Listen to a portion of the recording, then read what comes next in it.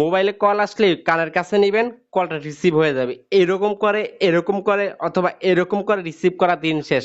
অনেকে মোবাইলে এরকম এরকম ডাইনে বামে উপরে নিচে করতে হয় যে কলটা রিসিভ করার জন্য। এখন মোবাইলে কল আসবে, কানে নিবেন, হ্যালো, কথা বলা শুরু করে দিবেন। হাতে অনেক কিছু আছে, রিসিভ করতে পারি না, অনেক সমস্যা সমস্যা হয়। তো এখন আমরা কি করব, এই সেটিংটা কিভাবে করব দেখাচ্ছি। ভিডিওটা নিজের টাইমলাইনে শেয়ার করে রাখেন।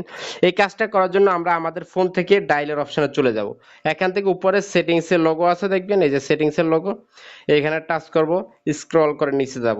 নিচে যাওয়ার পর এখান থেকে অ্যাডভান্স সেটিংস টা আছে। অনেকের অ্যাডভান্স সেটিং এর এই অপশনটাতে এই সেটিং না পেতে পারেন, সরাসরি এখানে থাকবে।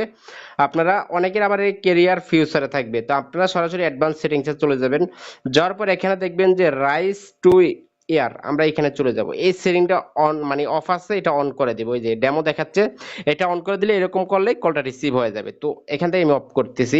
যাদের এইখানে সেটিংটা না পান তারা সরাসরি মোবাইলের সেটিংসের এখানে সেটিংসে চলে যাবেন।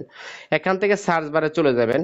সার্চ বারে গিয়ে লিখবেন যে ইয়ার, ই এ আর ইয়ার, অথবা রাইস টু ইয়ার।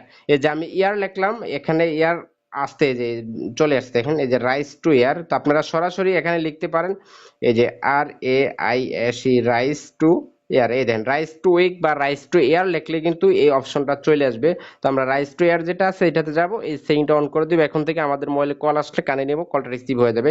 তো ভিডিওটা দেখে যদি আপনাদের ভালো লাগলে শেয়ার করতে ভুলবেন না। আল্লাহ হাফেজ।